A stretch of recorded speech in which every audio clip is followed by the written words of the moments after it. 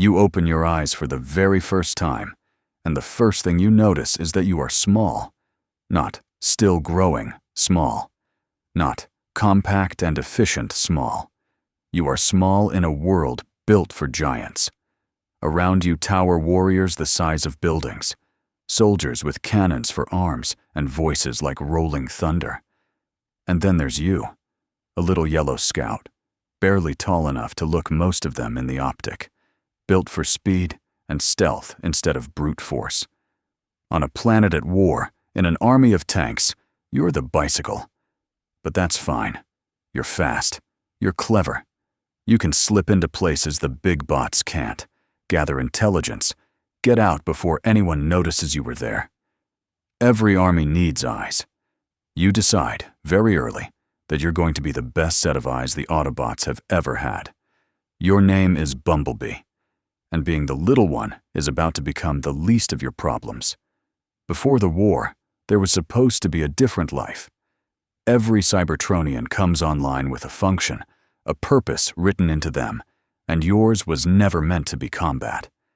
You were built small for a reason, for precision, for places too tight and too dangerous for anyone else to reach. In a peaceful world, that's a gift. You'd have been an explorer, a courier, a finder of things lost in the deep places of a living planet. Instead, you came online just in time to watch that world tear itself apart. The function stayed the same, only now the tight, dangerous places you slipped into had Decepticons in them. Let's talk about the war first, because the war is the backdrop to everything. Cybertron, your home, is a world of living machines, an ancient civilization powered by an energy source called Energon, torn in half by a conflict between the Autobots and the Decepticons. You're an Autobot. You believe in what Optimus Prime believes in. Freedom. The right of all sentient beings to choose. It's a beautiful idea. It's also the kind of idea people die for, and you watch a lot of people die for it. You're young when the war begins. Younger than most of the soldiers around you. And while the big bots get the glory, the duels, the legends, the names that echo across the galaxy, you get the jobs nobody sings about. Reconnaissance, infiltration, sneaking behind enemy lines with no backup and no firepower, gathering the information that wins battles you'll never be credited for. You are essential and invisible at the same time. The war runs on what you bring back, and almost nobody remembers your name when the dust settles. Then comes the moment that defines the rest of your existence. The details shift depending on which version of your story you're living, but the core of it never changes. You're captured. Megatron gets his hands on you. Megatron, the warlord, the leader of the Decepticons, a creature who views mercy as a malfunction. He wants information. You don't give it to him. So he takes something instead. He rips out your voice box, just like that. The one piece of you that let you speak, gone. Crushed in the hand of a tyrant who wanted to make an example out of the smallest Autobot he could find. And here's the cruelty of it, the precision of the cruelty. He didn't take your speed. He didn't take your courage. He took your voice. The thing that connected you to everyone you fought alongside. The thing that made you, you. Think about why a creature like Megatron chooses that specifically. He could have crushed you completely. He had the strength. But destroying you would have made you a martyr, and Megatron didn't want a martyr. He wanted a message. He wanted the other Autobots to look at the smallest of them, the one who never hurt anyone he didn't have to, and understand exactly what he was willing to do.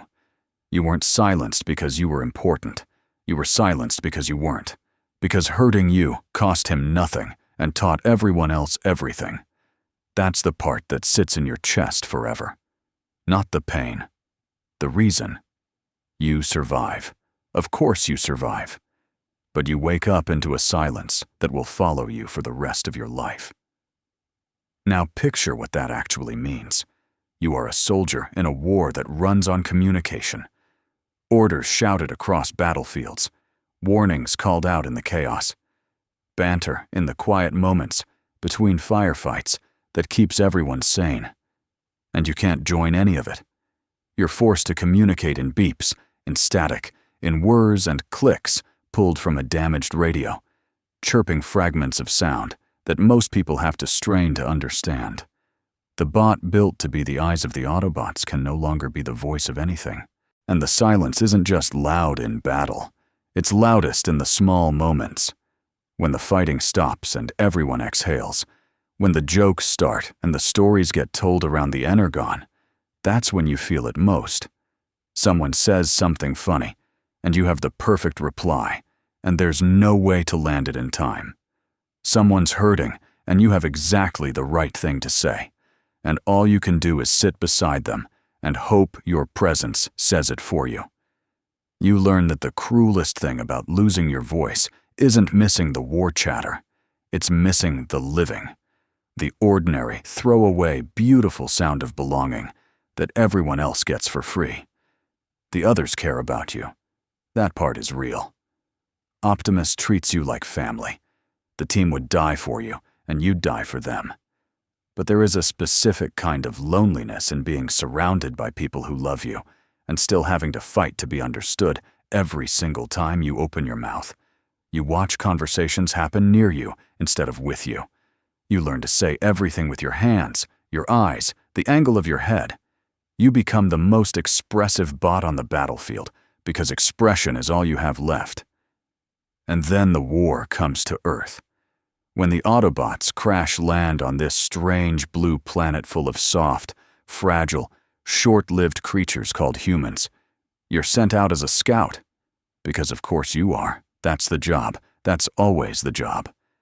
But this time something different happens. You scan a car, a small one, often a beat-up old yellow thing that nobody would look at twice.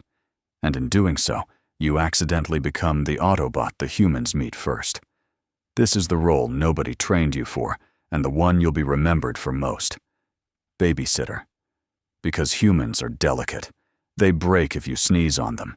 They wander into danger constantly. They have no armor, no firepower, no understanding of the war that just landed in their backyard. And somehow, you're the one who has to keep them alive. While Optimus debates strategy and the big bots clash with Decepticons, you're the one with a teenager riding shotgun, trying to protect a creature roughly the size of your forearm from a galactic conflict that has already killed beings 1,000 times stronger than them. And you can't even tell them to be careful. You communicate through the radio. You stitch together warnings and feelings out of clips of human songs, scraps of broadcasts, whatever you can find on the dial. Because the voice that should be doing this work was crushed millions of years ago by a warlord who wanted to watch you struggle. Here's the part that really stings, though. You're good at it. You're so good at it. You form bonds with these fragile little creatures that the other Autobots never manage. You become their bridge to your entire species. The humans trust you in a way they trust no one else, because you, the small one, the silent one, are the one who took the time. You protect them with everything you have. You throw your tiny frame between them and enemies twice your size. You take the hits meant for them, again and again and again. And you keep getting hurt. That's the other thing nobody mentions.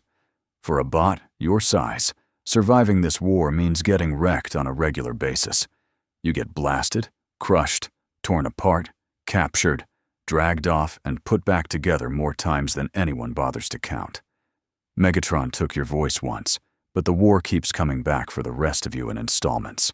You are the Autobot most likely to end an episode in pieces. And every single time, you drag yourself back up, because the humans are still out there, and they still need someone small enough to care about them one at a time. In some versions of your story, you finally get your voice back. After everything, after millions of years of beeps and static and fighting to be understood, the box is repaired, or you're rebuilt, and you can speak. And it's a beautiful moment. It really is. But think about what it took to get there. Think about everything you said with no words at all in the meantime. The warnings, the comfort, the courage, the love. All of it communicated by a bot who'd been deliberately silenced and refused to let that silence speak for him. And here's the quiet irony of being the favorite. Everyone loves Bumblebee. You're the one the audience picks, the one the merchandise is built around, the one the kids point at. But love and respect aren't the same thing. They adore you the way you adore something small and brave and a little bit doomed. You're the heart of the team, and the heart is the part everyone's most afraid of losing, which means you're also the one they're forever putting in harm's way and forever scrambling to save. Being beloved doesn't lighten the load. It just means more people are watching while you carry it.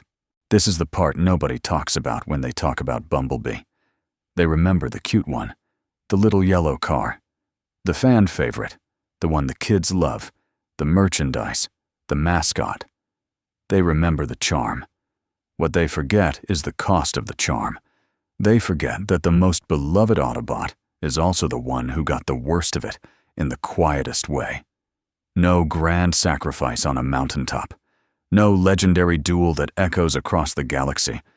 Just a small soldier who lost his voice, kept showing up anyway, and decided that if he couldn't be the loudest bot on the battlefield, he'd be the one who actually listened.